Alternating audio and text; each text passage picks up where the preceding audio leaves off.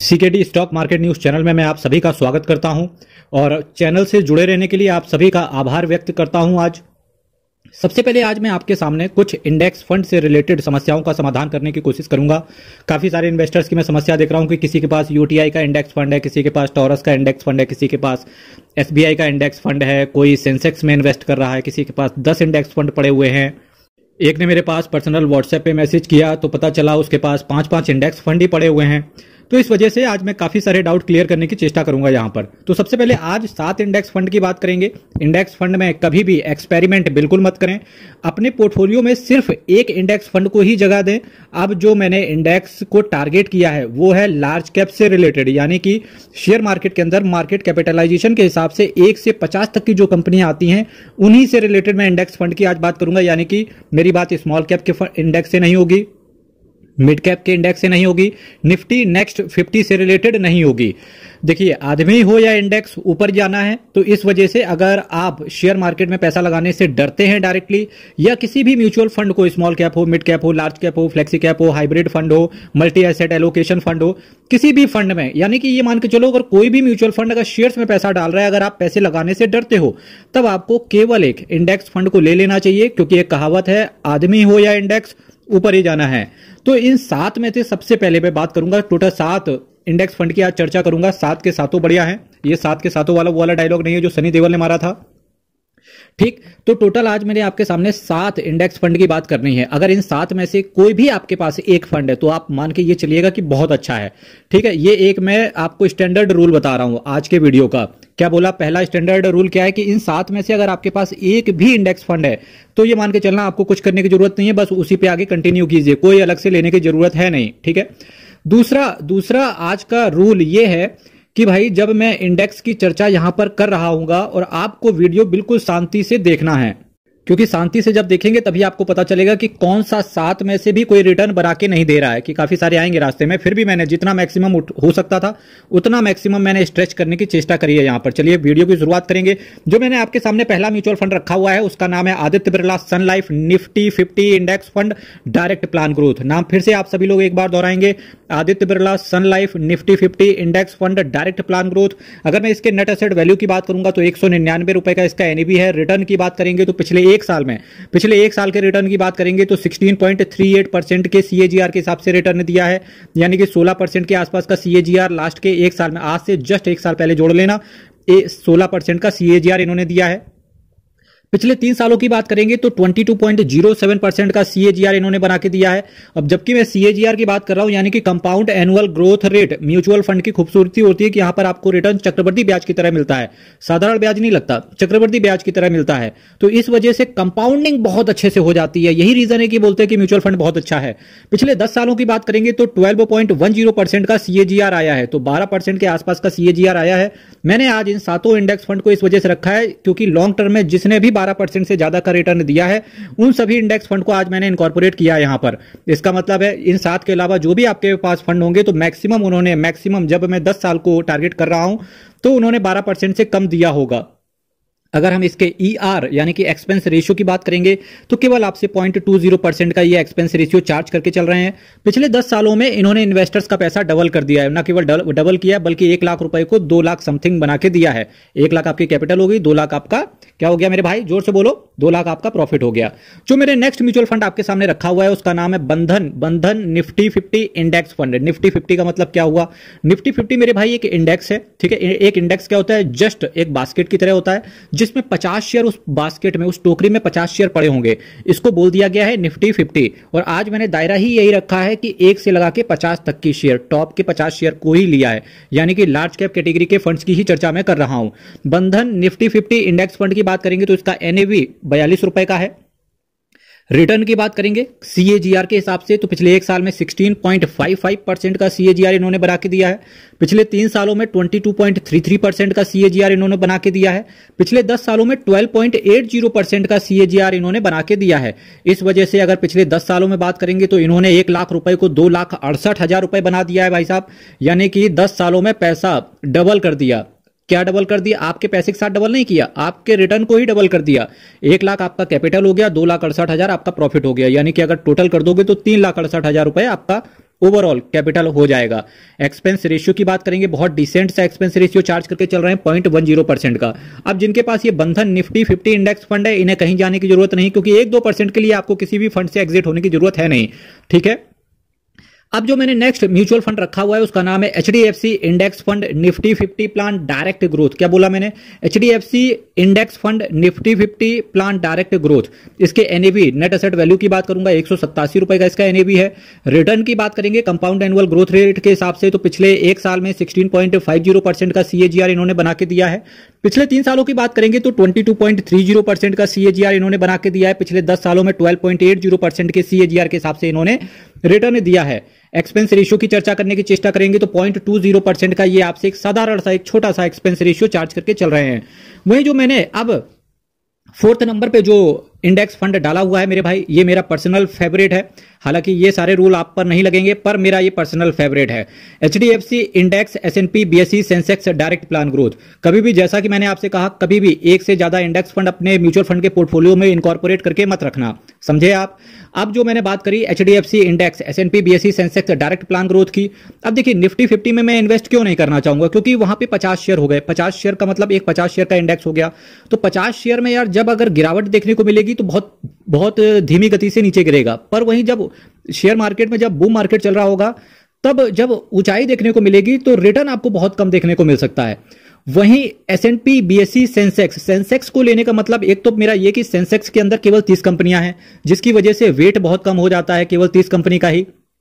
गिरावट जब देखने को मिलेगी तब डेफिनेटली आपको क्या होगा, बहुत तेजी से नीचे जाएगा। लेकिन जब उछाल देखने को मिलेगा मार्केट में, तब सबसे अच्छा रिटर्न यही बना के देंगे, और पिछले 10 सालों में इन्होंने रिटर्न भी रिकॉर्ड तोड़ दिया है।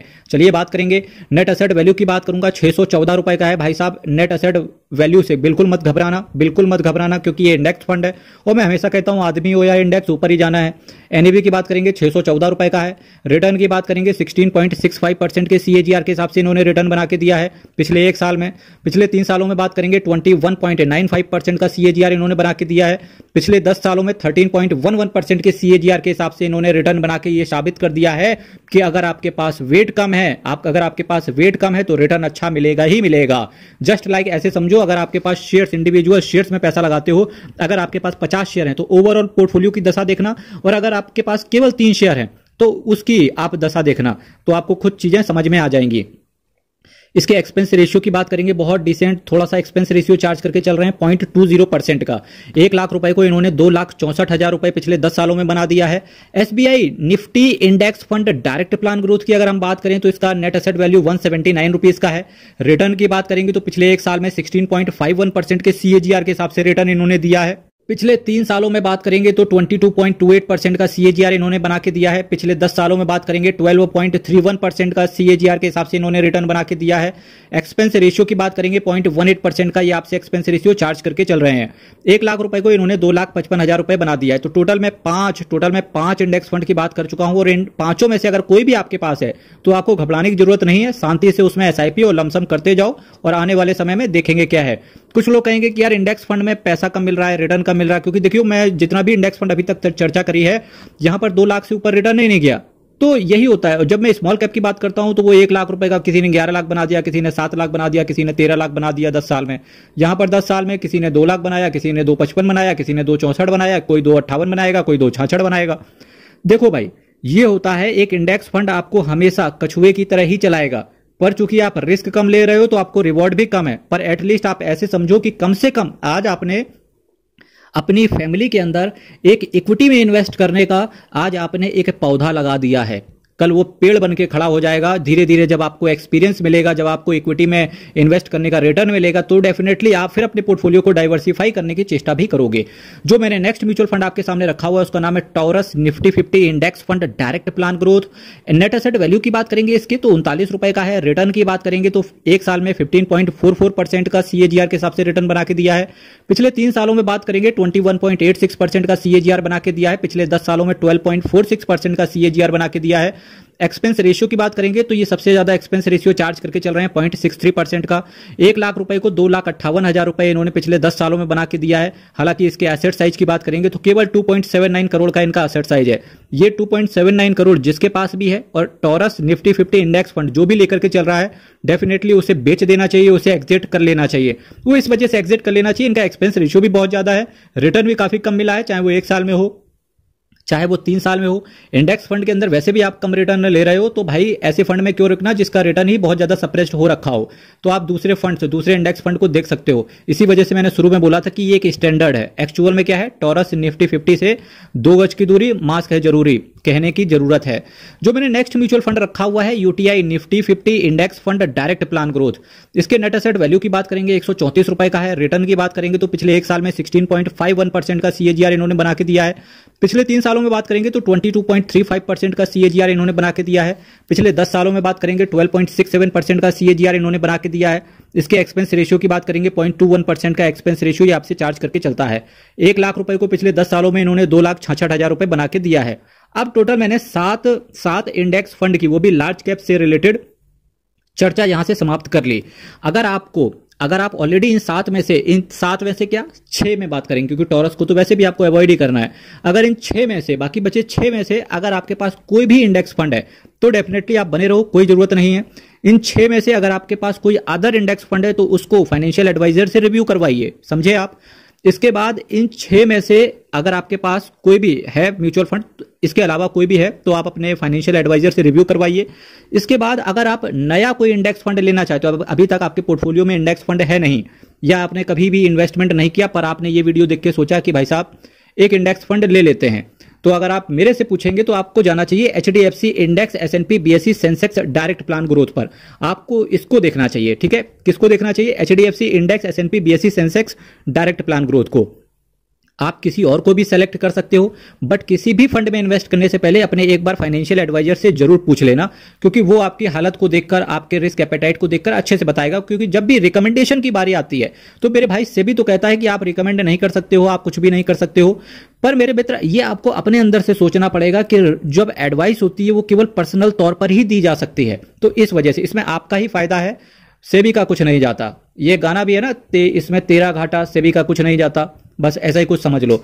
अब बात करते हैं जो नया बंदा आना चाहता है और उसे चाहिए कि भाई इंडेक्स फंड हम नहीं खरीदेंगे, तो कोई बात नहीं, आप इंडेक्स फंड मत लो। तो इसका एक ऑल्टरनेट भी है, बल्कि एक ऑल्टरनेट नहीं है, इसके 2 ऑल्टरनेट हैं, उन्हीं ऑल्टरनेट पर चलते हैं। अब इन म्यूचुअल फंड्स का ऑल्टरनेट ये है कि आप सेंसेक्स 20 में भी इन्वेस्ट कर सकते हो। अभी आपको सेंसेक्स 20, निफ्टी 50 20 या बैंक 20 कहां देखने को मिलेंगे? ये आपके म्यूचुअल फंड वाले कॉलम में देखने को नहीं मिलेंगे। आपके पास अगर ग्रो पे अकाउंट है तो उसमें 3 कॉलम होते हैं, ठीक है। एक कॉलम होता है स्टॉक्स का, एक कॉलम होता है म्यूचुअल फंड्स का। तो आपको जाना पड़ेगा इसको लेने के लिए स्टॉक्स वाले कॉलम में, और जब स्टॉक्स वाले कॉलम में आप सेलेक्ट करोगे सेंसेक्स 20, ठीक है, तो इसका प्राइस चल रहा है 737 रुपए। तो आप इसको यहां से देख सकते हो। अगर आप सेंसेक्स की 30 कंपनीज में, शुरू की 30 कंपनीज में इन्वेस्ट करना चाहते हो, क्योंकि वेट कम रहेगा तो रिटर्न अच्छा मिलेगा। निफ्टी 50 20 के अंदर अगर आप इन्वेस्ट करना चाहते हो तो इसका प्राइस चल रहा है 217 रुपए, ठीक है। अगर आप फाइनेंशियल सेक्टर में इन्वेस्ट करना चाहते हो क्योंकि किसी भी देश की कल्पना बिना फाइनेंस के तो की ही नहीं जा सकती, तो इसकी वजह से बैंक 20 पर भी आप इन्वेस्टमेंट कर सकते हो, जिसका प्राइस चल रहा है 455 रुपए। तो देखिए टोटल मैंने 7 इंडेक्स फंड की चर्चा करी, निफ्टी 50 की बात भी करी और सेंसेक्स की भी बात करी। फिर उसके बाद मैंने उनका ऑल्टरनेट भी बताया कि अगर आप इंडेक्स फंड में डायरेक्टली म्यूचुअल फंड्स के माध्यम से नहीं खरीदना चाहते हो तो डायरेक्टली आप खुद से खरीद सकते हो, जो जिसके ऑल्टरनेट हैं ETF बोलते हैं इनको, एक्सचेंज ट्रेडेड फंड्स। सेंसेक्स 20 के माध्यम से आप जा सकते हो, निफ्टी 50 20 के माध्यम से जा सकते हो, बैंक 20 के माध्यम से आप जा सकते हो। अगर आप पूछेंगे कि सीकेडी जी अगर आपने चुनना होता तो आप किसे चुनते इन तीनों में से, तो डेफिनेटली मैं जाता सेंसेक्स 20 के पास, क्योंकि जिस तरीके से जब मैंने इंडेक्स फंड की बारी आई थी वहां पर मैंने आपसे बोला था स्पेसिफिक वर्ड्स में HDFC index S&P BSE Sensex direct plan growth, क्योंकि जब इंडेक्स फंड में आपको रिटर्न ही कम मिल रहा है तो डेफिनेटली फिर इतने ज्यादा एक्सपेरिमेंट आपको करने की जरूरत है नहीं। चलिए, हरि शरणम अयप्पा शरणम, हर हर महादेव। चैनल को सब्सक्राइब कीजिएगा, साथ ही साथ चैनल को शेयर करें और ये अच्छी नॉलेज अपने फ्रेंड्स के और दोस्तों एंड फैमिली के बीच में शेयर करें। इससे आपका भी नॉलेज बढ़ेगा और सामने वाली पार्टी का भी नॉलेज बढ़ेगा।